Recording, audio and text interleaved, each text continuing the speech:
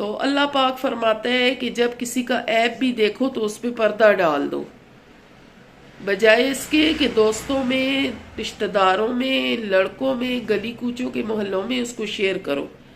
نہیں، اگر آپ کو کسی قسم کی کوئی بات مل بھی جاتی ہے تو اس کے اوپر آپ پردہ ڈال دیں، اور کوشش کریں کہ اپنے ذہن کو، اپنی ذہانت کو صاف رکھیں۔ اگر آپ کسی کو بدظن کرو گے پڑھائی کے دوران، اسکول کے دوران، تو آپ یقین جانو کہ آپ کی بہن بیٹی کے ساتھ بھی ایسے ہی ہوگا۔ کسی کے فیوچر کو آپ خراب کرو گے تو آپ کی بہن بیٹی کا خود بخود اللہ کی ذات کرے گا۔ تو وہ کتنی، آپ یہ بات سوچ نہیں سکتے کہ جو گھر سے بچیاں جاتی ہیں تو والدین کی کتنی آس امیدیں بنی ہوتی ہیں ان پہ کہ یہ کل ان بچیوں نے ہماری باغ دوڑ سنبھالنی ہے، کل ان بچیوں نے ہمارا سب کچھ سنبھالنا ہے۔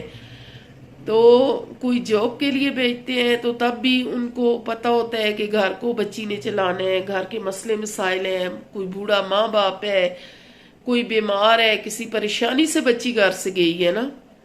اگر گھر میں سب کچھ پورا ہے، ہر چیز مل رہی ہے، تو کبھی بھی بچیوں کو کوئی جاب کرنے نہیں بھیجے گا۔ اگر کوئی پریشانی گھر میں ہے تو بچیاں جاتی ہیں، اور پڑھائی کے لیے جو ماں باپ بھیجتے ہیں تو وہ بھی اسی آس امید پہ کہ کل یہ ہمارا آسرا بن سکے، سہارا بن سکے۔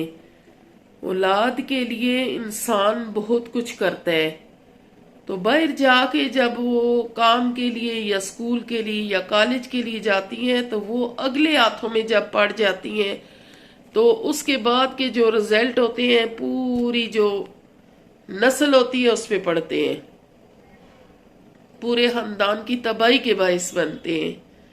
تو پلیز میرے بیٹوں، میری بچیوں، خدا را ہر چیز کو سمجھو، ہر چیز کو اپنے نوٹس میں لو کہ ہمارے ماں باپ ہمارے اوپر اعتماد، بھروسہ کر کے اسکول کالج کے لیے اگر بھیجتے ہیں تو ہم ان کے بھروسے کو کبھی نہ توڑیں۔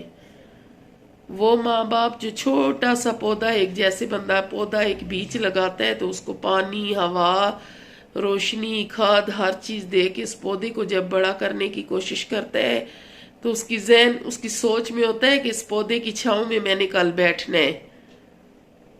تو جب وہ پوری زندگی اس کو بڑا کرنے کی کوشش کرتا رہے گا، جب خود بوڑھا ہو جائے گا اور پھر وہ پودا گر کے ٹوٹ جائے یا کوئی اور لے جائے یا کچھ، تو پھر آپ خود سوچیں کہ کیا گزرتی ہے اس بندے پہ۔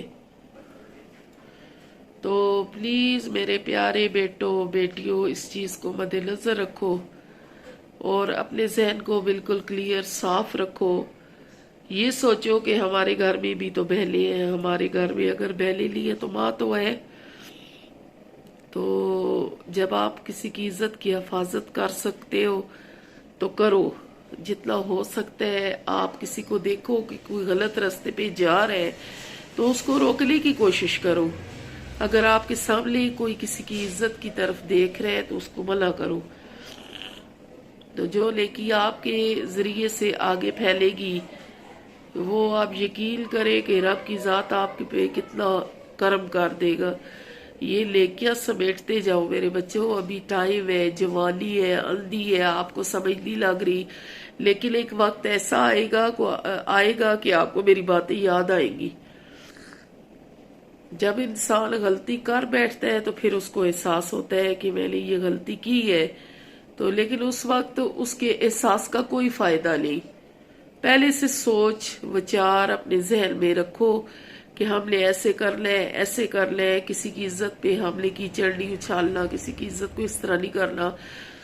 دیکھو اگر گاڑی میں بیٹھتے ہو نا تو تب بھی کوئی بچیاں ہوتی ہیں، ان کو جگہ دو، ان کی عزت کی حفاظت کرو۔ ہم پاکستانی ہیں، مسلمان ہیں، مسلمان ہونے کا حق ادا کرو، اپنے نبی پاک کی نقش قدم پہ چلو، اپنے دین اسلام کے نقش قدم پہ چلو، اور ہر کوئی دیکھنے والا یہ مت سمجھے کہ کچھ بھی ہمارے بارے میں ایسا کمنٹ نہ کرے کہ یہ مسلمان ہیں اور ان کے کرتوت دیکھو۔ تو دیکھو ہمیں اپنے مذہب کا، اپنے مسلمان ہونے کا، اپنے دین کا، ہمیں ایک چیز جو ہے نا وہ مد نظر رکھنی ہے۔ ہم نے اپنے مذہب کو بدنام نہیں کرنا۔ ہم مسلمان گھرانے میں پیدا ہوئے ہیں. اللہ پاک نے شکر الحمدللہ، اللہ پاک تیرا لاکھ لاکھ شکر کہ ہم ایک مسلمان گھرانے کی بچیاں ہیں، ایک مسلمان گھرانے کے بچے ہیں. تو مسلمانوں والے کام کرو، یزیدوں والے کام تو یزید سے ہی دیکھ لو، آج تک یزید پہ لعنت پڑ رہی ہے. تو پلیز پلیز اپنی ہر چیز کو مد نظر رکھتے ہوئے میرے بچوں یہ کام آپ چھوڑ دو.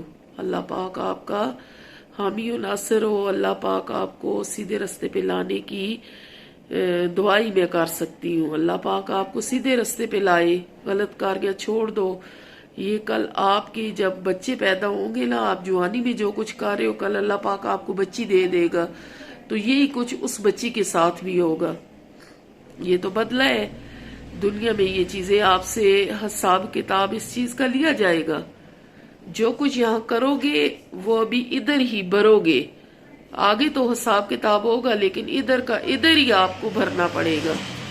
تو پلیز دوستو ریکویسٹ ہے کہ ہو سکے تو ہر عزت کو عزت سمجھے. تو اسی کے ساتھ میں اجازت چاہتی ہوں. اگر میری کوئی بات بری لگی ہو میرے بچوں کو تو اس کے لیے میں معذرت خواہ ہوں. تو